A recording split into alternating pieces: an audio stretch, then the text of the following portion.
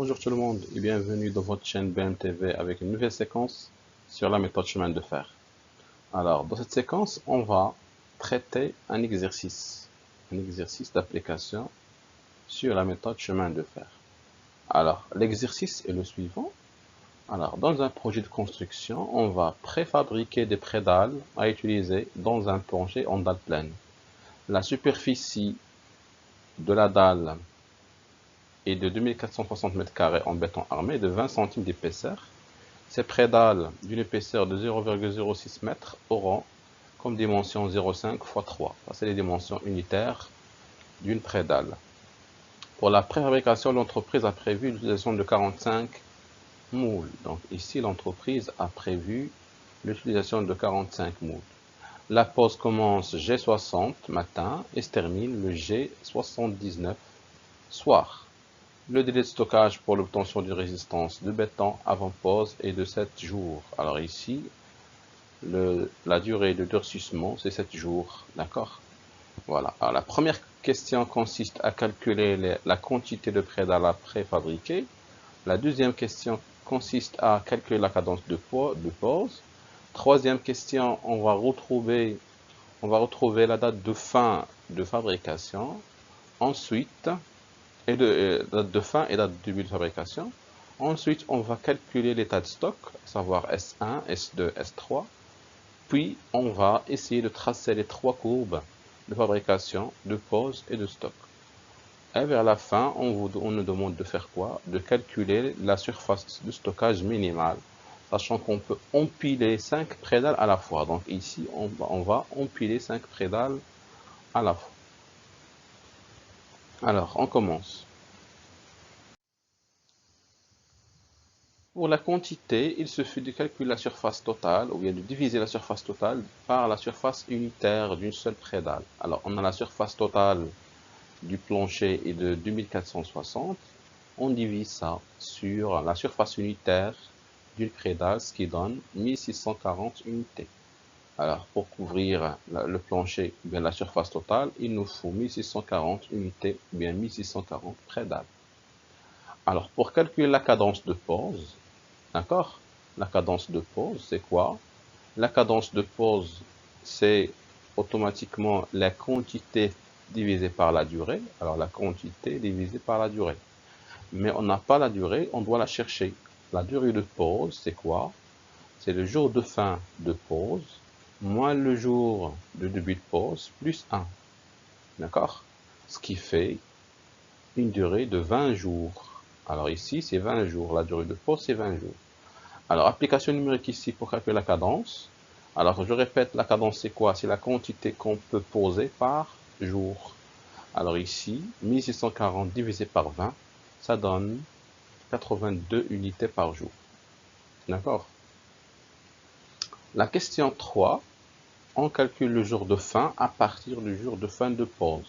Le jour de fin de fabrication, qu'on a noté GFF, fin de fabrication, c'est le jour de fin de pause moins la durée de durcissement moins 1, ce qui donne le G71. Alors ici, le dernier jour de fabrication, c'est le G71. Cherchons maintenant la durée de fabrication. Alors la durée de fabrication, c'est quoi? df égale la quantité sur la cadence, 1640 sur 45, ce qui donne 36,44. À majorer, attention, on doit majorer ici à 37. Mais attention là, le dernier jour de fabrication, on ne va pas fabriquer les 45. Parce qu'on a majoré ici, c'est comme si on a ajouté un jour. Alors le dernier jour, on ne va pas pouvoir compléter la fabrication, ou bien on ne va pas pouvoir fabriquer les 45 unités. D'accord? On doit juste fabriquer le reste. Le reste. D'accord? Alors, pour le jour de début de fabrication, c'est le jour de fin de fabrication, moins la durée de fabrication, plus 1. Alors, c'est quoi? Du calcul fait, vous allez retrouver le G35. Le G35. D'accord?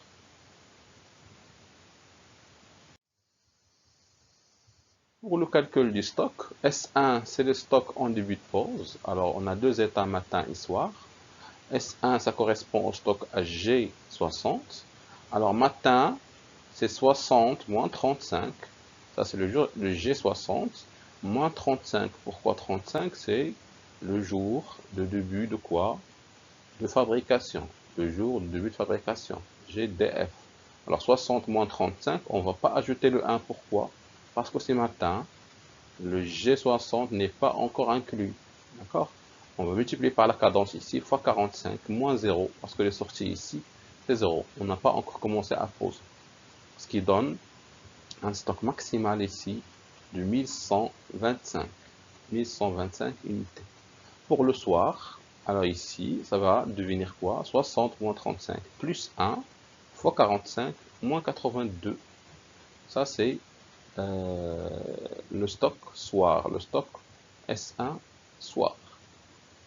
Pour le stock S2, c'est le stock en fin de fabrication. Alors ici, ça correspond au jour G71. Alors matin, 71 moins 35 fois 45. Ça, c'est la cadence. Ça, c'est le nombre de jours de fabrication. Ici, on va déduire le nombre de jours de pause fois la cadence de pause.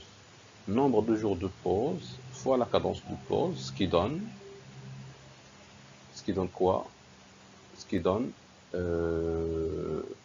718 unités. D'accord? Alors, pour le soir, c'est la fin de fabrication.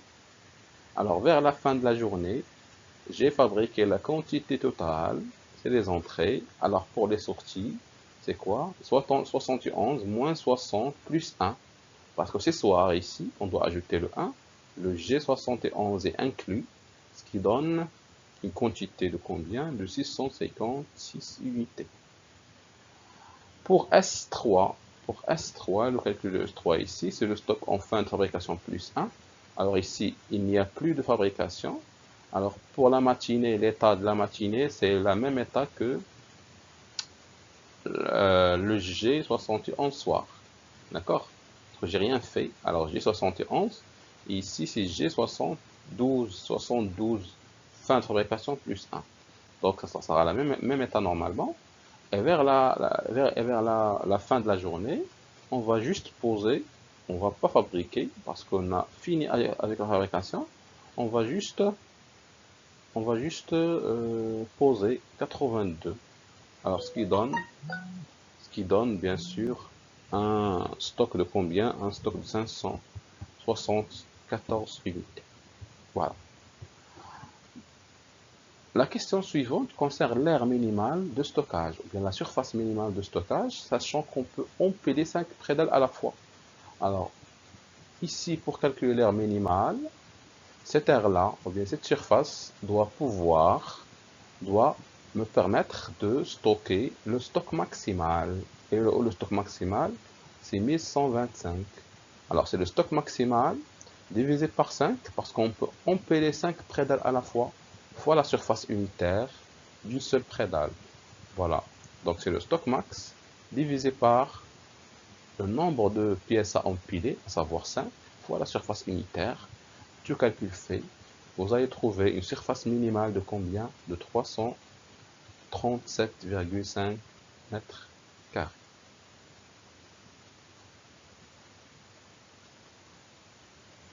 Alors pour le traçage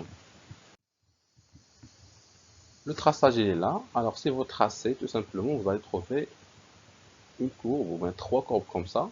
Alors en bleu, c'est la courbe de fabrication. Ça commence à G35, ça finit avec G71. En vert, c'est la courbe de pause. En rouge, c'est la courbe de stock. Voilà donc les, euh, les courbes qu'on peut retrouver dans cet exercice. D'accord?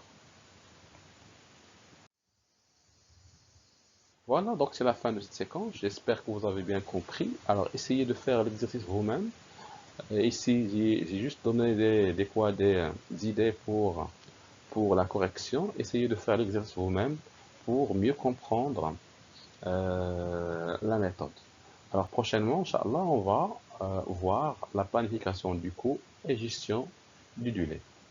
Et bien sûr, n'oubliez toujours pas de nous aider, de vous motiver avec vos abonnements et vos likes, d'accord, ainsi que vos partages. Merci.